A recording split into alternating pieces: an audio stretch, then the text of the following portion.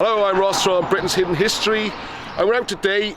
Before I tell you where we are, I'm going to show you that the old traditions of burying the Welsh kings, where in the early days you would build a mound, and then this would be next to a church, and quite often the church would be dedicated to the person who paid for and founded the church. So in this situation, we're in a town called Ystradowen, which is a clue, Owain. The church is called Saint Owen.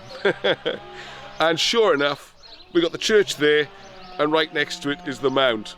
So everything's looking spot on for being a burial mound, and we're going to have a closer look at it in a second.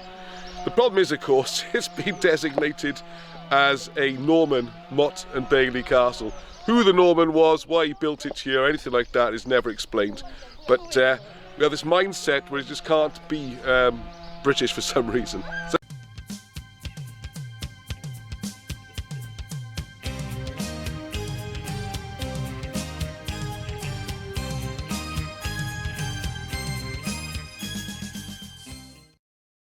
right, so here we are. This is just panning around the mounds to my right.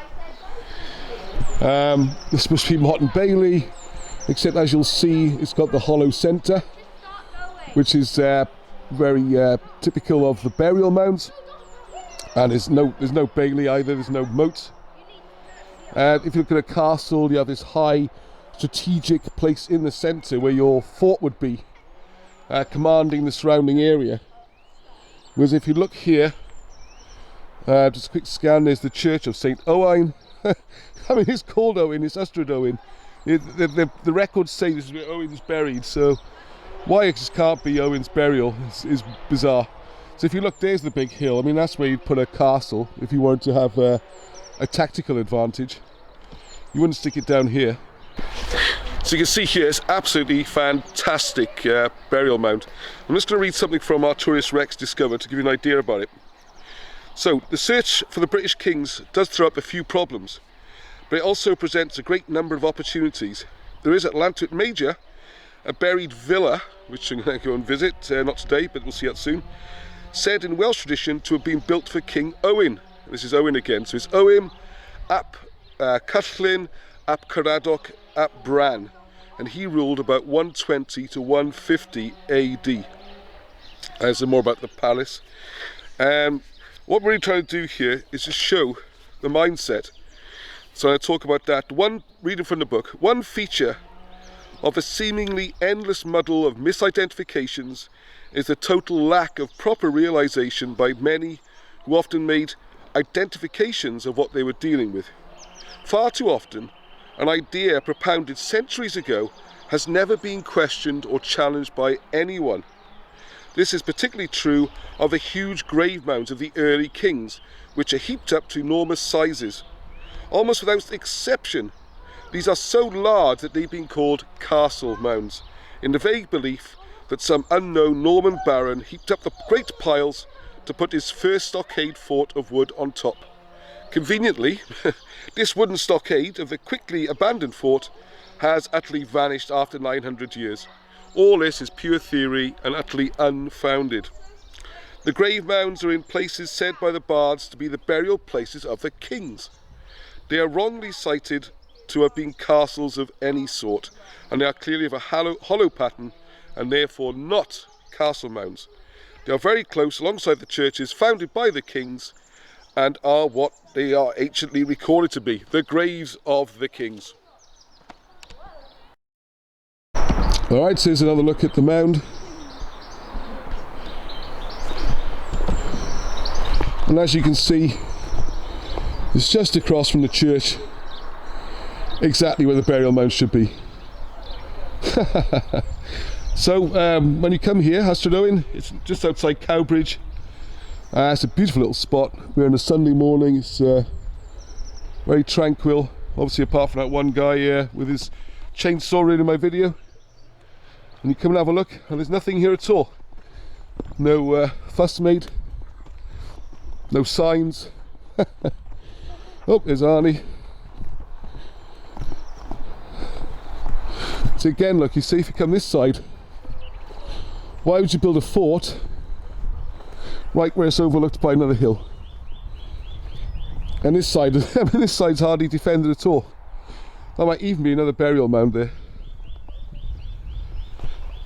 So as a fortress, it'd be a disaster. As a burial mound, it's quite spectacular. Speaking of spectacular,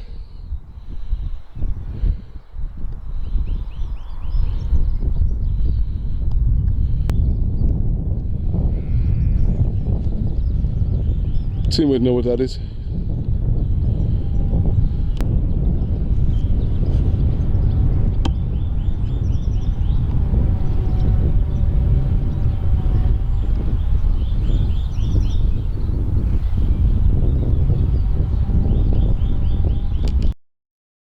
So here's a look from the other side. Beautiful. Absolutely beautiful. Just the grandson of Caradoc, great grandson of Bran. Bran is so important. The first Christian king in the whole world. And I'd be very interested to know just how many people in Britain or even Wales have ever heard of him.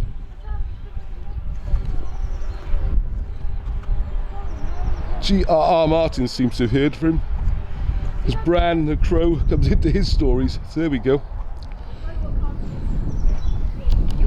Great place to visit. Tragically, not recognised or anything, not really being preserved. There you go, history right here, British history, it's all over the place. You just have to know where it's hidden. So please remember, drop a like and a subscribe and help spread the message. If you share these videos, copy the URL, let's let more people aware of it. Then maybe we can do a bit more about preserving them and having British history recognised. Alright, so from me, Ross, till the next time, Heather. So I hope you enjoyed that video. Lovely place to visit. You can see the name if you didn't quite catch it. It's Ystradowen, one word. The Church of Saint Owen, which is the Welsh for Owen. So there you go. I mean, what can you say? So anyway, remember every Sunday evening, 8 o'clock, there is a live broadcast. We do updates on what's going on with all the research. There's lots of people getting involved now. Loads of new stuff coming through. Interviews with people like Alan Wilson, other writers and historians, finding out all this history is being hidden. We've got mountains, down caves, all over, searching for these places, a lot of which from the Wilson and Blackett books. And things like that Lion Stone, why is that there? Disappearing walls of Garndyffaith, which seems to be an old megalithic structure with massive stones. You can read hieroglyphs using the Welsh language. So that's called Cymraglyphics. You want to have a look? We've got a growing and friendly Facebook group. And if you would like to help support the work, that would be great. Just £3 a month. Basically, buy me a pint. Help keep the thing going. Because this is really important work we're doing for ourselves and future generations. So, the books are all available from cymraglyphics.com. Please get in touch. Until the next time, from me, Heather.